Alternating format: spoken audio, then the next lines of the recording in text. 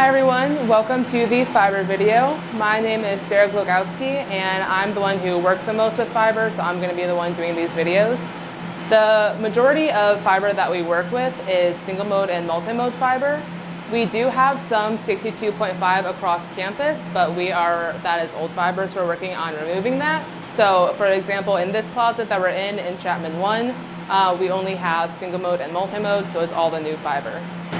Okay, so Chapman 1 is a good example of a closet that we do. We normally have the fiber separate from the copper. Occasionally we'll have to put it in the same rack, still keeping it separate but in the same rack.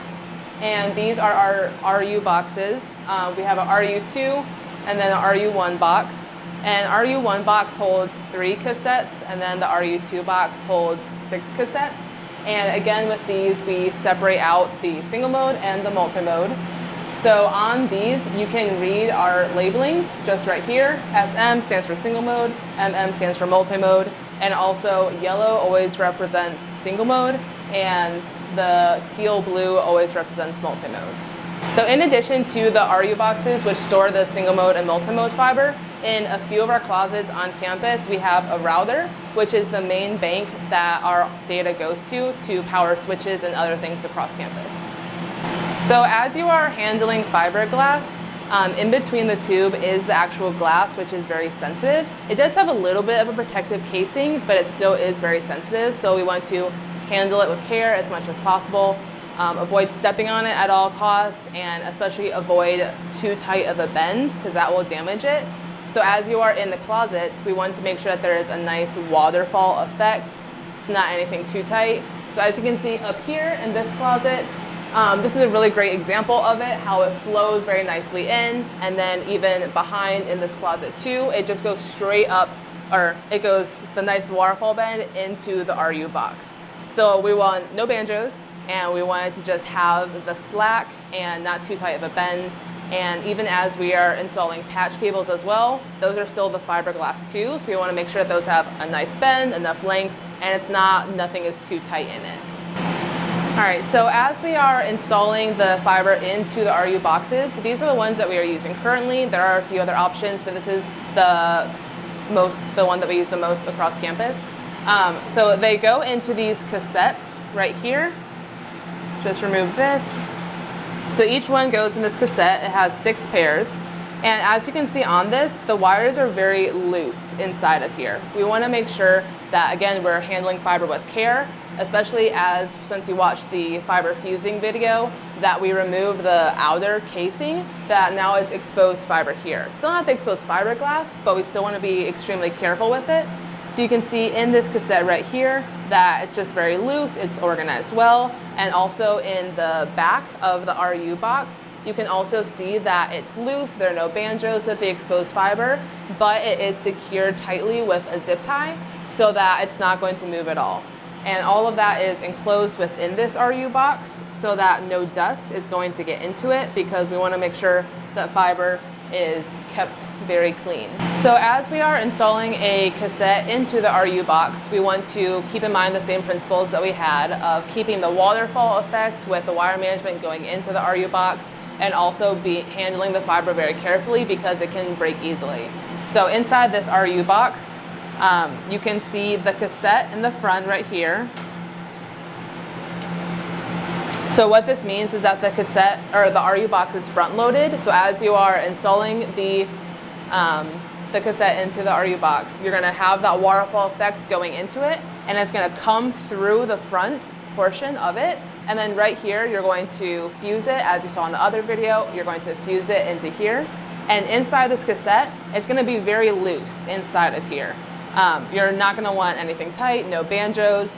Keeping it loose, especially with this exposed fiber inside of here, is going to keep it from breaking or just not being efficient. So we want to keep in mind those same ideas of keeping it loose, not having any banjos, and then when it gets installed in here, inside the back of the RU box, you are going to have that same exposed wire coming through from the cassette, and you're gonna wanna make sure that where the end of the fiber is, that's gonna be tightly cinched down.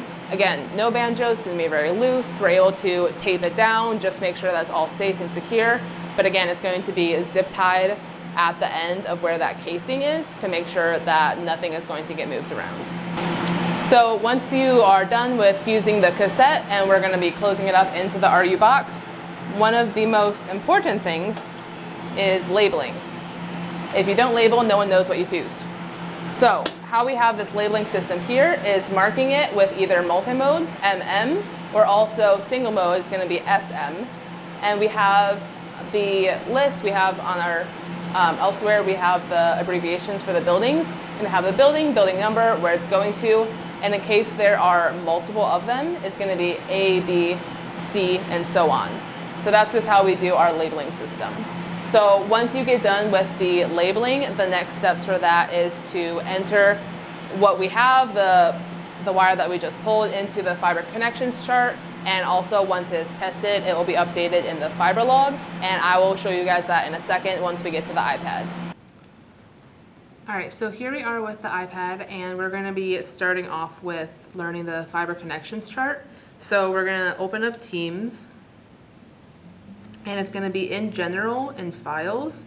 That's where it normally should be. If it's not there, you can talk to a supervisor, but it's just called fiber connections. So we're going to open that up.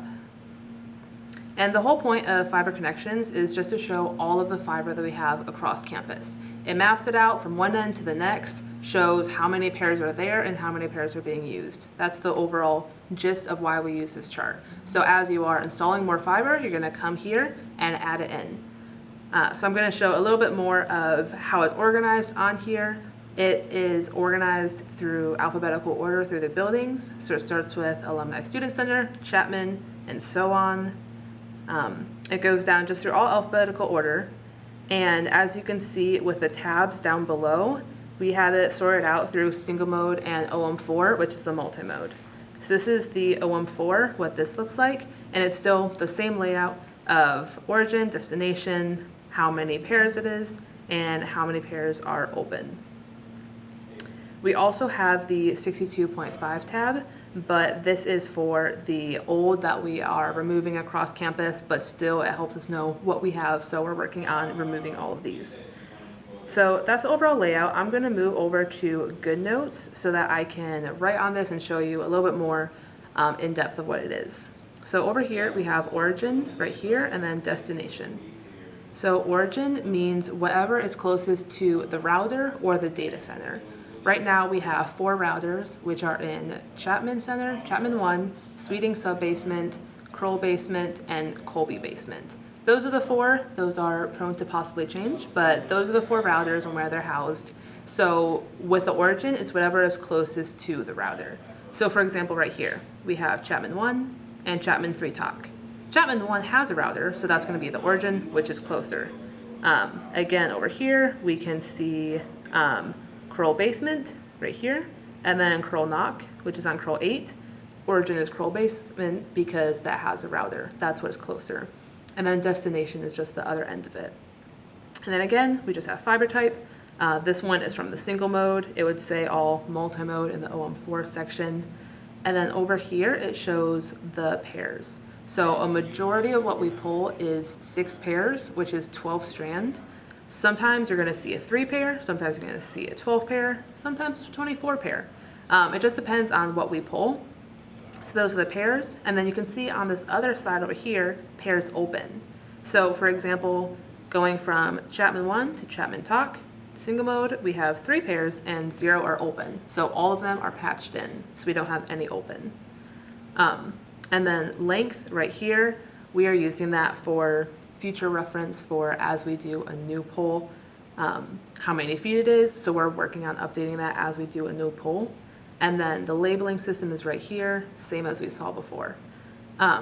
So say one of the reasons why we use this for, say for example, someone comes up to me, says we need 2 pairs patched from Chapman 1 to Chapman Talk. How are we gonna do that? I go over here and I see that there are 3 wires from Chapman 1 to Chapman Talk. All of them are 3 pairs. And so that's why it's labeled A, B, C. But then over here, for pairs open, none are open here. There's 1 here and 3 on that wire. So they need 2 pairs. So I can plug in 2 with these 3, or just mix it up however I want to do that. So as we are doing new poles, the benefit of using this is a new pole to keep track of everything that we have. So we're going to enter that in. And then also as we are asked to do new patches, new paths, we're able to reference here. Instead of walking to every single closet, we can reference here and be able to see what we have available, which is why if we ever patch anything, we want to make sure we keep this up to date as well. All right, so in addition to the fiber connections sheet, the other Excel sheet that we want to update is the fiber log. So we're going to open up Teams, and again, it's in general, in files, called the fiber log. If it's not there, you can just ask your supervisor where it is. So the whole point of this is after testing. So after testing, what we test for is the dB loss. So as you are fusing, as you saw in the fusing videos, you're going to track what the fiber loss is. So in each section, we have all the buildings down below and these tabs down here. There should be a template just down here. You can copy and paste that. So as you're fusing each side, you're just going to enter that dB loss. And then once you test the whole path, once both sides are fused, you're going to have the whole path. So again, you're just going to have what the label is, where it's going at the top, and just make sure to keep track of all of those numbers. Okay, thank you guys so much for watching this video. If you have any extra questions, you can talk to your supervisor, but I hope it was informative for you, and thank you so much for watching.